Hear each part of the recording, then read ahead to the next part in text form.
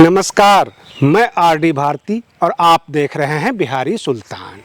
Patna high court ने जातिगत जनगणना पर रोक लगाया।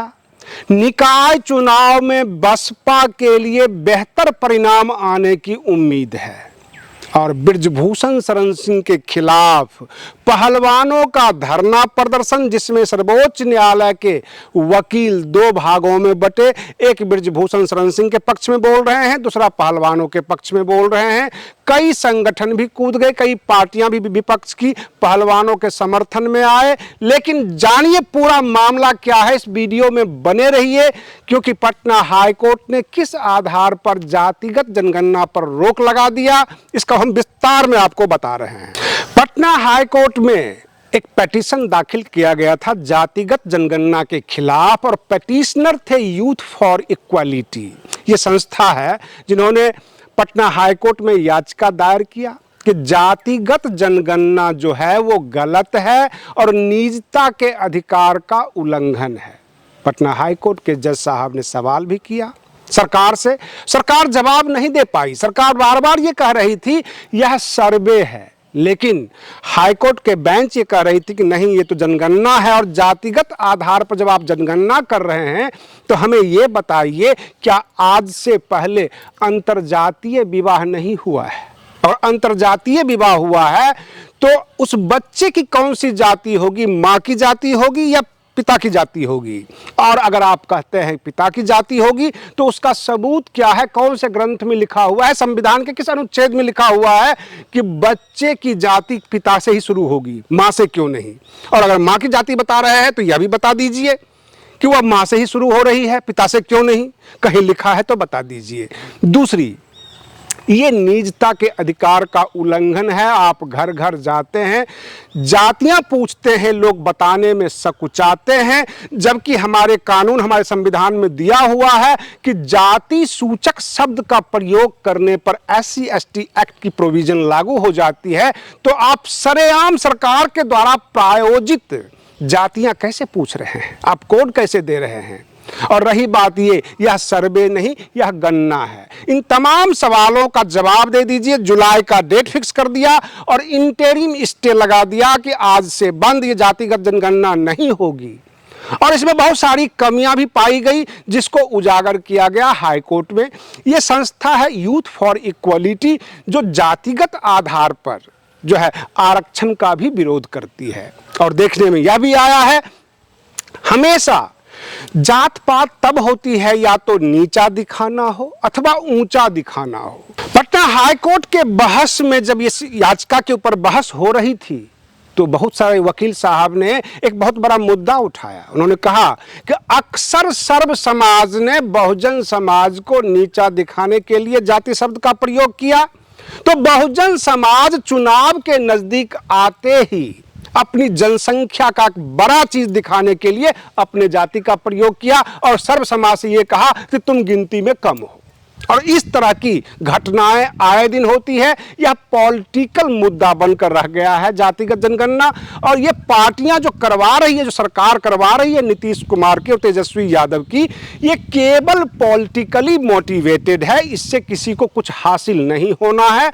समाज में दरार पैदा हो जाएगी, किसी को अपनी संख्या कम नजर आएगी, किसी को ज्यादा नजर आएगी। कुछ तो ऐसे भी हैं जो गिनती में नजर नहीं आएंगे, बहुत कम हैं, और ऐसे जातियों को हमारे इस लोकतंत्र में घुटन महसूस होगी।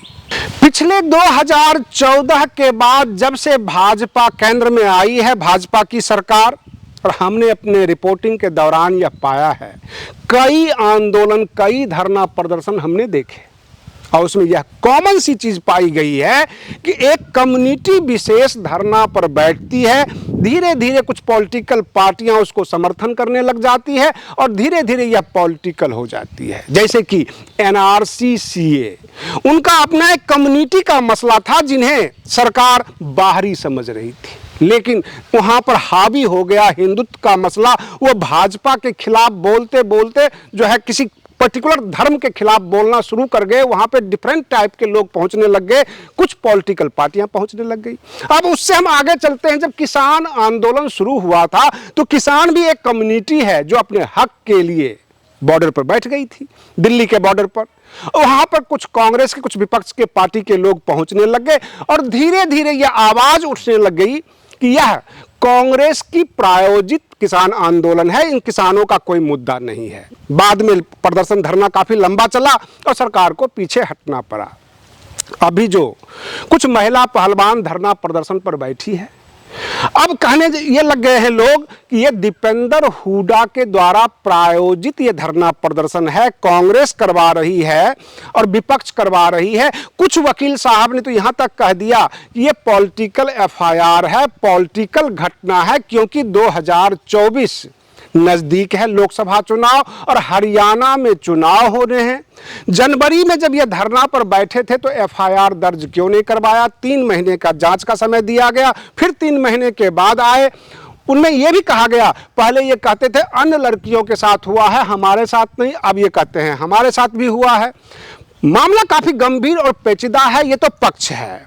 और रही बात ये, कुछ लोग ये भी कहते हैं कि पहलवान बेटियां अपना बचाव नहीं कर सकती तो दूसरे का क्या बचाव करेगी। कुछ लोगों ने तो यहां तक कह दिया, चाहे वो भाजपा के समर्थक हो, ये कहने लग गए ये पहलवान बेटियां छेड़छाड़ करने वाले को 2-4 थप्पड़ भी नहीं मार सकती थी, ये तो गोल्ड मेडल लेके आए हैं, ये पहलवान हैं।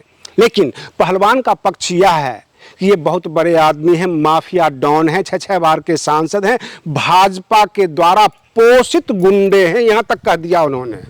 और इनके खिलाफ पुलिस केस नहीं दर्ज करती है। एक आईपीएस ने कह दिया कि जब 7 लड़कियों का कंप्लेन है तो 7 एफआईआर होनी चाहिए, 7 की अलग अलग स्टोरी होनी चाहिए। दिल्ली पुलिस गड़बड़ कर रही है, 7 को क्लब करके अपने आप क्लब कर दिया ताकि इन्वेस्टिगेशन और जांच में जो है रास्ता निकाला जा सके। इस तरह से दिल्ली पुलिस सपोर्ट कर रही है सांसद बृजभूषण शरण सिंह का। कहने का तात्पर्य यह धीरे धीरे पॉलिटिकल होता जा रहा है। गोदी मीडिया यूपी का निकाय चुनाव के बारे में अब इसलिए बोलना कम कर दिया है क्योंकि यह द्विपक्षीय होता नजर आ रहा है। बहुत जगह भाजपा के पक्ष में भी दबा के वोट पड़े हैं और बहुत जगह बसपा के पक्ष में भी दबा के वोट पड़े हैं। अगर आप ये सोच रहे होंगे कि सपा, भाजपा, बसपा सबको बिखरा हुआ वोट होगा, ऐसा नहीं है। बिखरा हुआ वोट वार्ड पार्षद के हक में गया है और नगर निगम का जो है वोट खास करके भाजपा और बसपा के बीच में बट गया है, ऐसा सर्वे में निकल कर आ रहा है। आप बने रहिए बिहारी सुल्तान चैनल पर, हम फिर मिलते हैं अगले वीडियो में, तब तक के लिए धन्यवाद।